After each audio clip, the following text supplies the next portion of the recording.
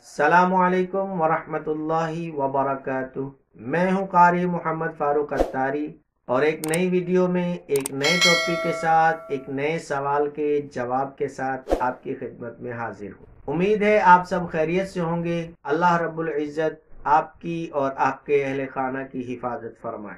आज की इस वीडियो में जिस सवाल का जवाब दिया जाएगा वो सवाल है कि मदावमत किसे कहते हैं, मदावमत क्या होती है, उसकी तादाद कितनी होती है और क्या मदावमत भी चलते फिरते करनी चाहिए या कि उसकी भी कोई जगह मुकर्रर होनी चाहिए।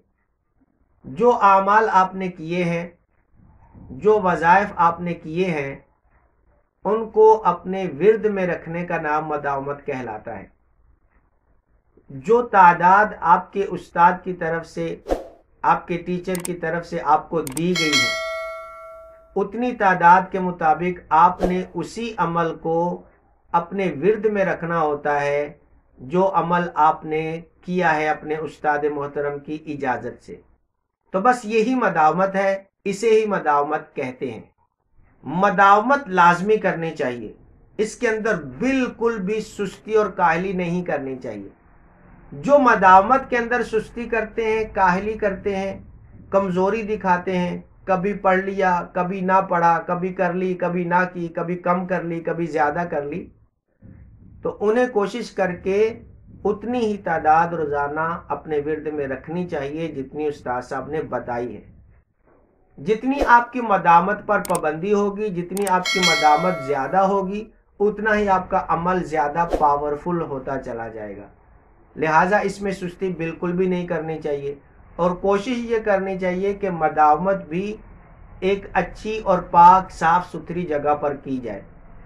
आमिलीन ने इस बात की इजाजत दी है कि आप सफर की हालत में मदावमत कर सकते हैं, लेकिन कोशिश ये करनी चाहिए कि अगर कोई मजबूरी ना हो तो फिर उसको अपनी जगह पर एक पाक साफ मकाम पर ही मदावमत की जाए। मैं यूं कहा करता हूं कि मदावमत एक किस्म का समझ लीजिए कि आपका आपके मुवक्किलीन के साथ, अपनी रूहानी मखलूकात के साथ एक राब्ता रखने का बेहतरीन जरिया है।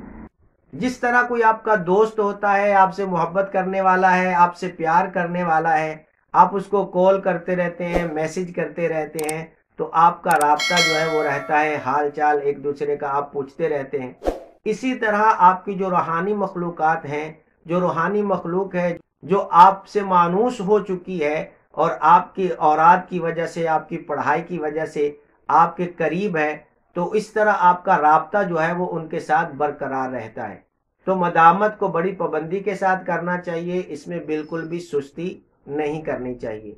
अल्लाह ताला हम सबको समझने की तौफीक अता फरमाए और जो भी आमाल आप कर चुके हैं अल्लाह ताला उसके जरिए से आपकी रूहानियत में खूब खूब बरकतें अता फरमाए।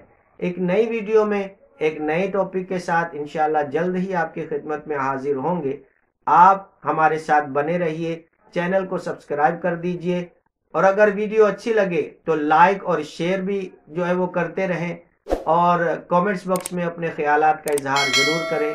अस्सलामु अलैकुम वरहमतुल्लाहि वबरकातुहू।